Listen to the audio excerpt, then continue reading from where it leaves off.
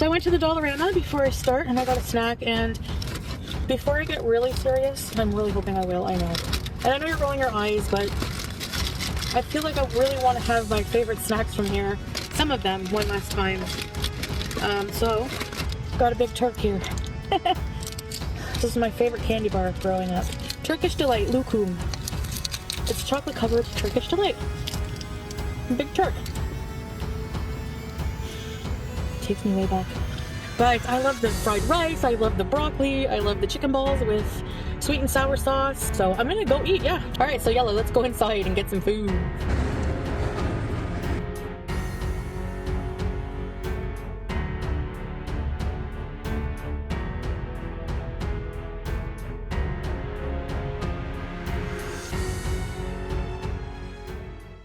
I was in the ER for 12 hours. So here's what happened. So yesterday I had a eye doctor appointment. So I went to the eye doctor appointment, and then, you know, as I was pulling into the driveway, I felt dizzy, and I noticed I was a lot more dizzy and like my vision was more blurry than usual. And then during the exam, they had to put these contrast eye drops in to see behind my eyes, and it made my vision even more blurry. So I had to wait in my car to even drive. And I noticed that the dizziness wasn't going away.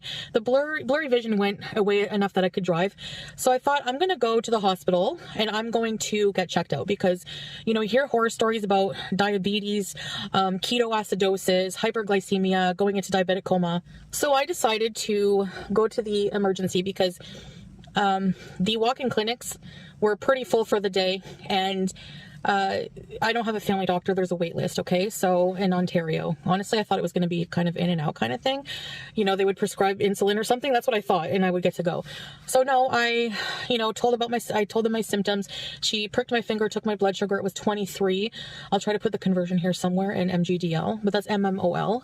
And it's, that's very high. So they were surprised how high it was. They hooked me up, did the ECG. Then I had to wait in the waiting room, and I was waiting for a long time. I saw groups of people that I know registered after me go before me, okay? Now, a little cute French, and I'm French Canadian, so I can make fun of the accent. I'm not making fun, I'm just going to try to imitate it because, you know, it makes the video more interesting. I don't know. You can laugh at me. No, but she came by and she was a volunteer. You know those like cute little old lady volunteers that are so nice? And she said, "Wow, you've been waiting here a lot, eh?" And I said, "Yeah." And she said, "What's your name? I will go check." I said, "Chantal." And she knows how to say my name because she's French Canadian. So she said, "Oh, Chantal, salut, okay.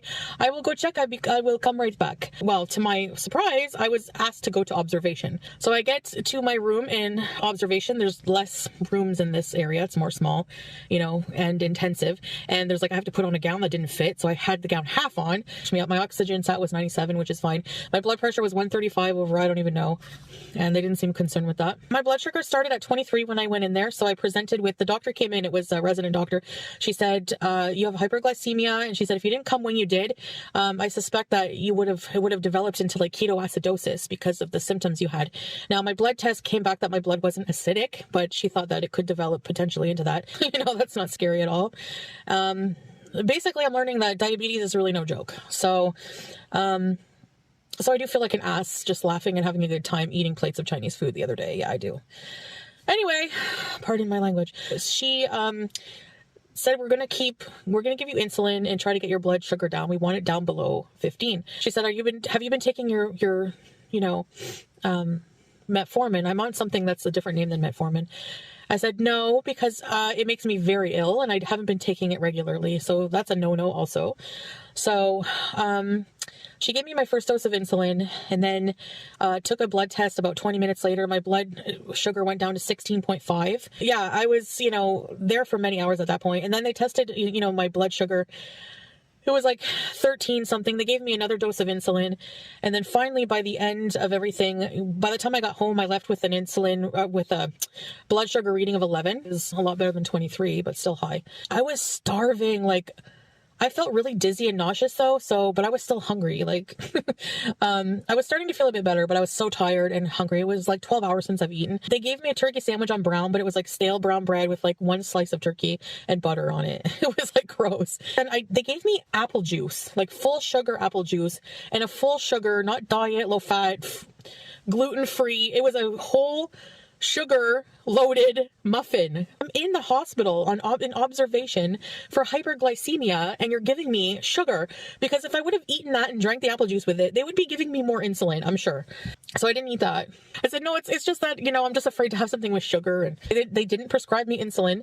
They told me to just stay on my metformin type of drug that I have from Kuwait, and to follow up with a family doctor, which I don't have, so that won't be happening. I thought my night was over.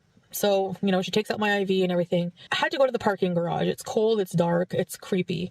I'm on the top floor, the 5th floor of the parking garage. That's where my car's parked, because there was nowhere to park. When I came in, the parking lot was almost full. I had to take an elevator. Parking garage elevators are one of the types of elevators I'm the most scared of. You guys know I have issues with elevators, claustrophobia. I got stuck in them before, so I have some trauma there. So I just started trusting elevators again, since where I live in Kuwait, we take an elevator, right? So, but I'm always with Salah. Anyway, so I go by myself. My phone is dead at this point, because I didn't think I would be in the hospital for 12 hours, so I didn't plan right. Everything's fine until I get to the 5th floor. I feel like a little drop, and I'm thinking, okay, it's just leveling out. The elevator has to level, because as somebody who's afraid of elevators, I've watched many videos on how they work. The doors don't open, and I'm thinking, okay, it's just going to take a while to level. Some elevators do that. Nope, doesn't open. I'm stuck in the elevator, okay? I got stuck in the parking lot elevator, and I'm like, I don't have my phone. What am I going to do? It's freezing. It's not a heated elevator.